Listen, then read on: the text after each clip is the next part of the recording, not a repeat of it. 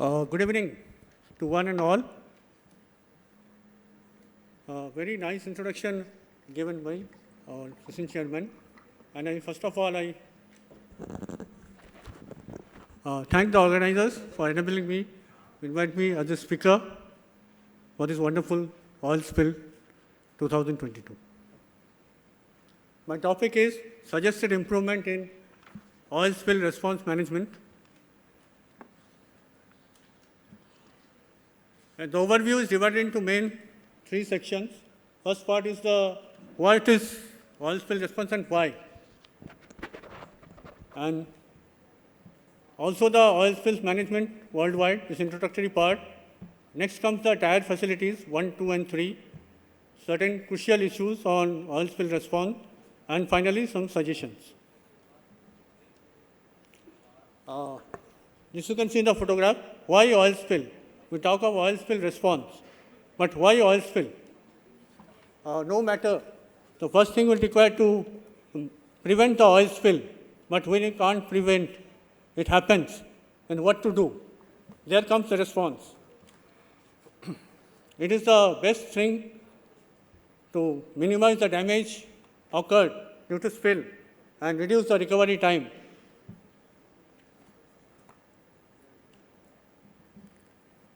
This is the worldwide map of national oil spill contingency plans. As you can see, some areas are not found, the red, marked in red, such as Yemen, Guyana, Madagascar, Burma.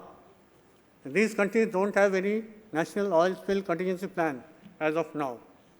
This data is taken from ITOPF, International Tankers for Oil Pollution and Funders. Now we come to Tired Response Organization. See, the main portion in red you see is most of Africa and some part of Asia and Latin America. Here we don't have any tired response organizations. And this is the matter of concern, which I'll focus in my further slides. Now we come to the next part, Tier 1, 2, and 3. In Tier 1, we state the sources of oil spill in ONGC. First one is the subsea pipelines. The main two causes are rupture due to an incident and obviously corrosion failure over the years. Next comes the SBM and tanker operations, some breach in tanker or hull, and leakage or damage in the hoses.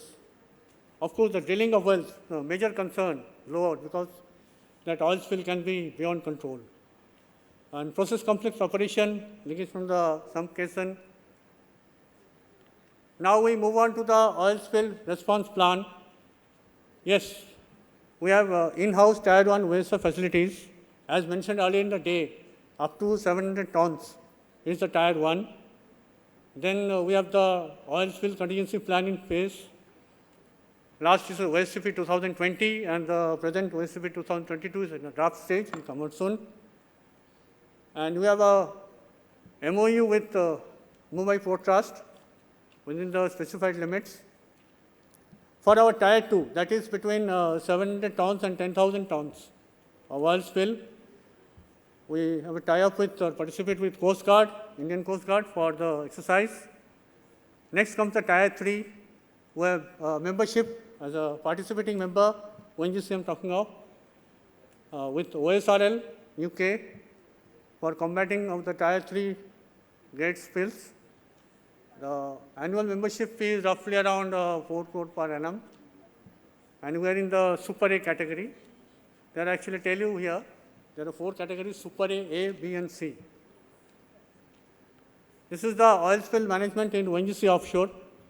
It comes, basically when we talk about this oil spill management, we talk about mainly containment and recovery equipment and of course storage. The containment equipment, we have booms, offshore containment booms, 4,500 meters, 29 numbers, and skimmer, capacity 150 meter cube per hour, 9 numbers. Chemical oil spill dispersion also. Actually, this boom and skimmer, they hunt in pairs, they hunt together. And the storage tanks in MSV, 5,000 liters. When we shift to the Tier 2 oil spill response, Indian Coast Guard is the supreme authority. And the latest National Oil Spill Disaster Plan, NOS-DCP, was in 2015. There have been certain amendments afterwards. And this Indian Coast Guard conducts this preparedness review meeting with all its stakeholders. This is the tired response as per NOS-DCP in India. As you see the latest 23rd NOS-DCP 2018, the major post 12 numbers, non-major 90, oil handling 20 numbers agencies, and oil installation 43 numbers. Now, we're coming to the major offshore bases, producing basins of the world. You see this here. And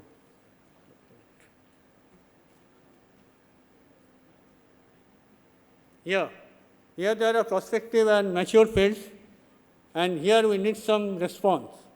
In the next slide, it will be clear. See the tanker movement, as you can see in red, it is 300 to 500 million tons, and it crossed from Africa, Asia, and to India. And this is where we require the maximum response for oil spill. Actually, in India, we don't have any oil spill response teams here. OSRL, we have to come from other side, based in Singapore. And this is what is necessary.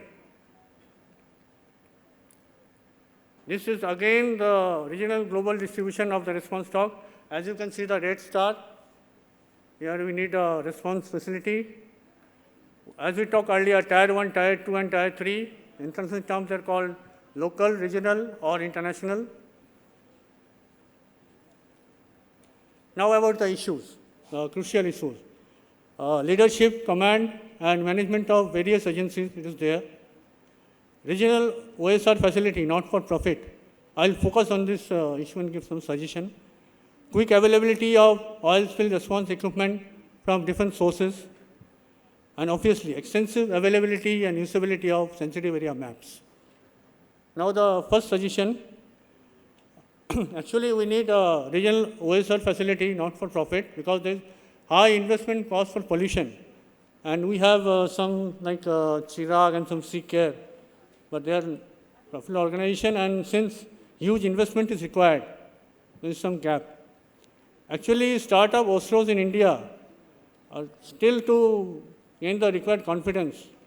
So, in order to promote them, promote the startup OSRO so that oil spill response can come in India and we have a good and address our gaps, we can provide some incentive to them, some guarantee to cover up their cleanup costs, because their huge investment is required.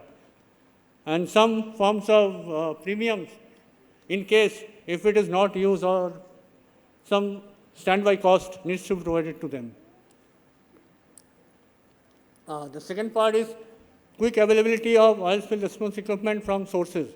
Here we need to firm up the optimal time to attend the oil spill. Suppose a guy comes from far, intimated, it will take a lot of time.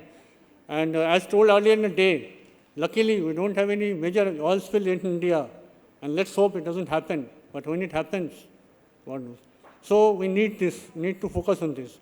There is agreement in place, but it needs to be activated between boundary and demarcated area.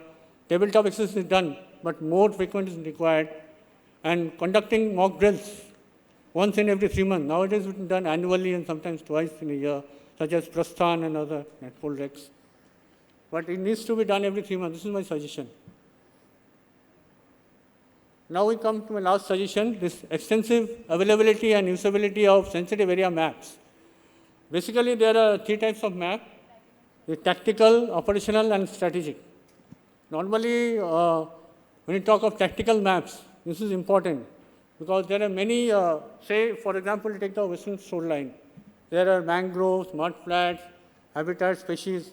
We need to plan the sensitive map very carefully, and what should be prioritized. Here comes the tactics. Generally, the operational is very rarely used. And regarding this, there is another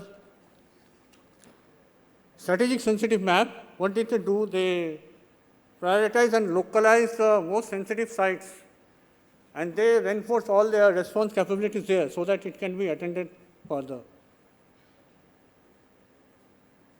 This is my last one slide. Seeing the pictures, we think we need to act fast and address the gaps, whatever you have. Okay, you are doing good, but need some improvement further. That's all, sir. Thank you. Oil Spill India 2022 is dedicated to the Honorable Prime Minister's Swachh Bharat Abhiyan and Clean Seas.